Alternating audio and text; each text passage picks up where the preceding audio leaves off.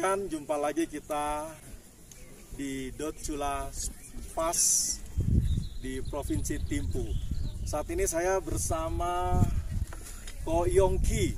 Halo. Mungkin Anda semua sudah kenal nama beliau, Yongki Komaladi. Nah, Iya Pak, apa kabar? thank you Ko Yongki. Iya. Kita ketemu di Butan. Betul. Kita mau bicara sedikit. Ko Yongki mungkin bisa memberikan inspirasi, memberikan beberapa tips kepada teman-teman sebagai pengusaha sepatu. Oke. Nah, saya mau tanya dulu nih Ko Yongki. Awal muasal Ko Yongki bisa bisnis sepatu. Oh, asal muasalnya saya sebagai dulu sebelumnya saya berusaha sepatu, saya sebagai peragawan cukup lama 10 tahun. Setelah itu saya bekerja di departemen store, saya pernah kerja di butik. Semua perjalanan Karyawan saya ya dulunya sebagai ya. karyawan yang sangat biasa banget. Saya juga pernah nyedot karpet kayak OB. Saya lakukan karena I feel semua apa yang saya lakukan itu semuanya kan namanya sesuatu yang menarik. Ya. Secara singkat, Ya. kok bisa bisnis passionnya di sepatu? Oh, tadinya bisa nggak bisa saya ketemu banyak orang.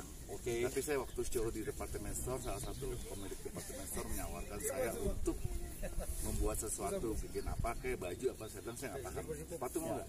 Oke, dia coba sepatu. Akhirnya dikasihlah logo dengan pakai nama saya gitu.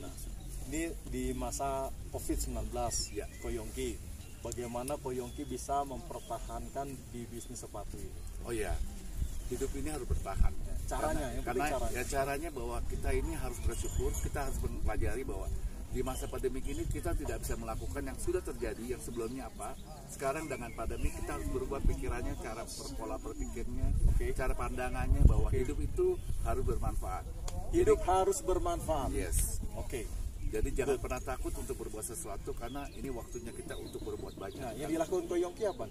Saya melakukan satu, misalkan kita beramal ibadah, kita melakukan membantu sesama umat walaupun beda agama, beda bangsa atau warna kulit, buat saya itu nggak penting. Semua milik Tuhan. Jadi lakukan sesuatu yang bermanfaat buat banyak orang dan percaya, lakukan dengan niat hati, masih ada Tuhan berkati juga sesuatunya. Ada jalannya, Ada jalan, ada karmanya. pasti. Baik, Ko Yongki, selama pandemi ini apakah Ko Yongki ada karyawan yang di rumah? Ada, Ada, tapi ya? setelah itu saya terima kembali lagi setelah normal ini karena saya pikir di rumah kan karena memang keadaan. Baik. Tapi mereka tetap kita berkomunikasi karena mereka kerja bukan baru setahun 2 tahun, ada yang 20 tahun dan itu yang terjadi selama ini.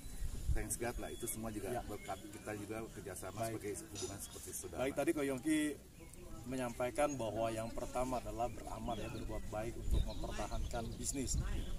Nah, sekarang cara lain selain itu apalagi yang dilakukan oleh Ko Yongki ini di masa COVID-19 ini untuk betul-betul bisa bertahan dan cara untuk menjualnya juga karena banyak orang susah menjual. Ya sekarang kan zamannya sudah begitu berkembang dengan namanya IT, online, itu kita harus berubah. Terutama orang-orang yang sudah lama melakukan bisnis yang begitu lama. Kadang-kadang mereka berpikirnya, dulu saya begini, 20 tahun saya lalu, no more. Kita berpikir zaman sekarang adalah zamannya IT. Bagaimana ya? Kita rangkul anak-anak muda yang banyak punya kesempatan, tapi mungkin tidak punya modal, tidak punya experience. Kita gabungkan. Jadi sinergi yang bagus gitu. Dan percaya melakukan sesuatu dengan niat baik pasti ada jalannya. Baik, luar biasa. Itulah bincang-bincang saya dengan Yongki Komaladi. Anda pasti sudah kenal, sudah tahu, dan inilah beliau seorang pengusaha sepatu sandal yang sudah begitu famous sekali di Indonesia. Terima kasih Ko Yongki. Terima kasih. Sukses. Cintailah produk Indonesia, because Indonesia adalah milik kita bersama. Bukan hanya cinta, tetapi gunakanlah produk Indonesia. Sampai jumpa, sahabat kebajikan. Terima kasih dan selalu sehat, bahagia. Terima kasih Ko Yongki.